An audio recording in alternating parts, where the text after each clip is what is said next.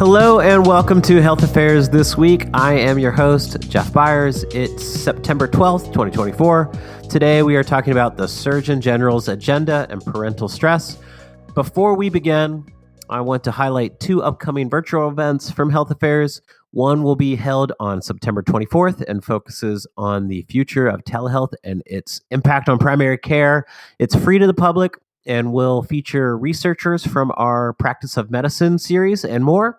Then on September 25th, we have an Insiders Only Journal Club event where Molly Beinfeld will discuss biosimilars and their impacts on cost and market choices.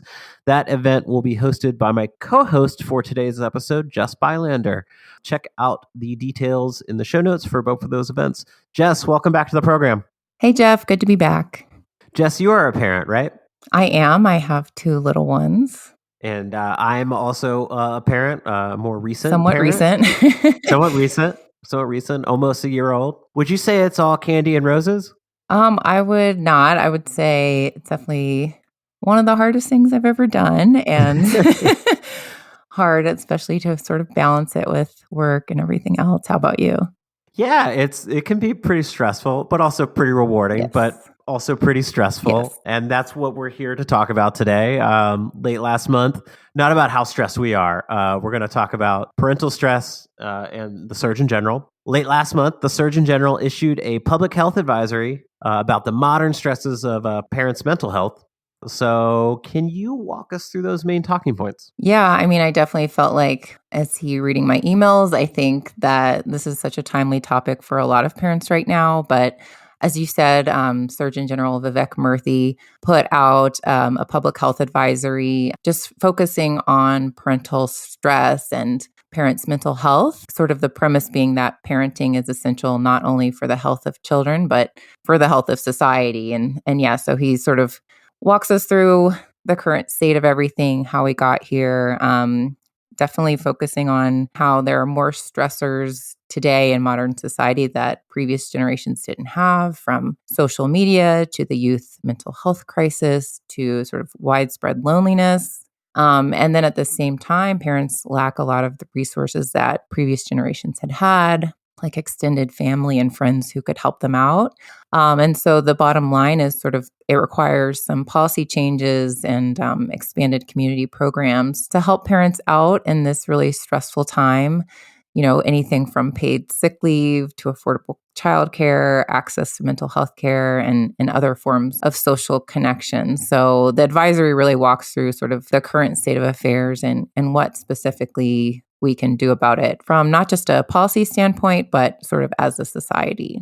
When you were looking that over, did it talk about the need for community? Because when I think about the first year that my daughter has been alive, just having her parents being able to help care for her has been priceless, but also very stressful. Mm-hmm. Did it touch on that at all? Yeah. The needs where it takes a village, I guess. Yes, definitely touched on sort of that concept of, it really requires others beyond the nuclear family to raise a child and to support caregivers and parents who are raising children, whether that's extended family, schools, faith organizations, community groups and organizations, and really just society as a whole. So it did touch on how it's not just a problem for parents to solve on their own, but really as a society, we sort of need to shift our cultural norms and, I mean, first and foremost, value the work of parenting more, and also be there for parents to provide a place for them to speak out on this, to normalize the fact that this is really hard and it is hard on your mental health. And if it's hard on your mental health,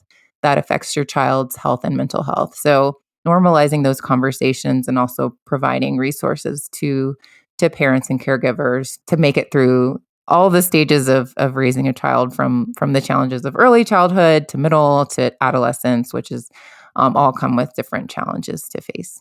Yeah, it didn't mention that if you're even thinking about having a kid that you need to be on a childcare wait list right now. Yeah. I don't think that was on there, but that's certainly a good point. Yeah. So you talked about that normalization, and it seems to me that this is just one of the many issues that the Surgeon General has been trying to highlight or normalize. He's talked about gun violence. He's talked about the effect of social media on the youth. Looking at the social media side of it, what has he talked about through that? Yeah, so this advisory does kind of link back to those previous ones on social media and youth mental health and on gun violence, because a lot of this is related. Obviously, some of the challenges that parents face are the challenges their children face regarding social media and the impact that that can have on their health and mental health. So that previous advisory did talk about how social media use has become so ubiquitous and even excessive and possibly addictive, and that social media, as we know, can expose kids to harmful or risky content. So, content that can be harmful to your body image or hate-based content. So he touches on that and also on the advisory on gun violence, because obviously the fears I think that parents face about school shootings and whether or not their kids are safe in school also plays into sort of this feeling of stress and impact on mental health of parents. Yeah, on the social media side, it does remind me of a book I read sometime within the last year or two called The Chaos Machine by Max Fisher. Pretty good book. Also illuminates how some of these platforms may contribute to anxiety. Yeah, I remember Murthy had put out an article at the time saying social media should come with a warning label. And I know I personally haven't seen that on TikTok or Instagram, but just the idea that that is not sort of a neutral platform, and that that you really need to be very vigilant and aware of the impacts of it. So the Surgeon General isn't an elected official and doesn't have direct policymaking authority. So what is the potential impact for him highlighting these issues? Yeah, I mean, I think these advisories are meant to call attention to urgent public health issues and obviously provide some recommendations for how to address them. It's not, as you said, binding or a form of policy making, but it certainly does increase media attention. Obviously, we're talking about it.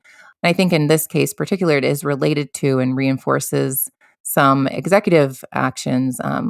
Like in 2023, the White House put out an executive order on increasing access to high quality care, including childcare and supporting caregivers. So it really does reflect the priorities of the White House, and also sort of adds additional recommendations and insight from that perspective of the Surgeon General. So for the listeners, I do write some prepared questions and I'm reading this out. So the youth are anxious and parents are stressed. What gives? And I just read it in a 90s comedy way.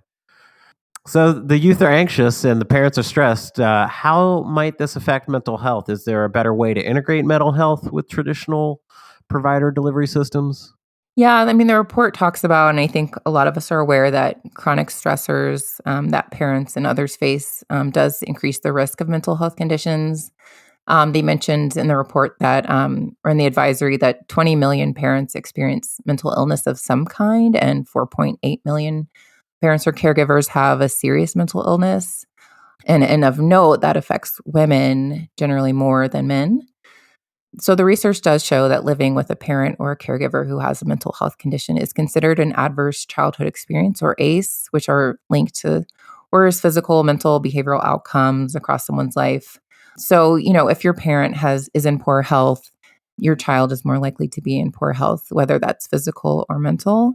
So yeah, so what can be done? I think obviously integrating mental health with primary care and other delivery systems is a big push in healthcare today. That's just another way to make sure people are getting the care they need and aren't falling through the cracks in the system. One of the recommendations in the report is that screening be done of parents and adolescents and children to screen for mental health conditions and to sort of intervene where necessary. But I think definitely sort of team-based care approaches that have your primary care provider, mental health care, social workers can help address the whole person and all the stressors and challenges they face that might require intervention beyond the healthcare system. So, for example, in social systems or access to food and things like that. Yeah, and just to note, we're recording this on September 12th. On September 9th, CMS recently issued a final rule to, quote unquote, strengthen access to mental health substance use disorder benefits. Maybe we'll do an episode on that later, but also seems to dovetail with what we've been talking about today. Yeah. And we know that access to mental health care is not ideal, whether that's in finding a provider at all, which can be a challenge, but also having adequate insurance coverage so that you can actually afford mental health care. Those are two key issues and are also mentioned as recommendations in the report. So as we wrap up our conversation today, we talked about how it takes a village and you need to sign up for childcare now. Is there any policy relief or anything else that we haven't talked about to note? Yeah, I mean, there's a lot in there. There's a lot that governments can do. A big thing that's mentioned is expanding funding for programs such as childcare subsidies, child income tax credits, which some of us see when we do our taxes each year. I think that can be helpful. Programs like universal preschool. I know in Colorado we have universal pre-K, which is extremely helpful to families. And then, of course, establishing a national paid family and medical leave program that's recommended in the report, and ensuring all workers have paid sick time. At Health Affairs, we've published research that shows that, of course, having paid sick leave or paid family leave has health impacts, including improved mental health. We had some studies that showed that early in the pandemic, having paid sick leave actually reduced the spread of COVID-19 and also increased vaccination rates. So that's something you've heard before, and this is another opportunity for the Surgeon General to highlight this sort of push for that national paid leave, as well as support for programs like SNAP and Medicaid and the Children's Health Insurance Program that provide insurance or food or other sort of social services to families. Well, fantastic, Jess. Thanks for sharing that. Hopefully more to come on this front. To you, the listener, thanks for joining us. If you enjoyed this episode, please send it to the politician in your life and subscribe to Health Affairs This Week, and we'll see you next week. Bye. Thanks.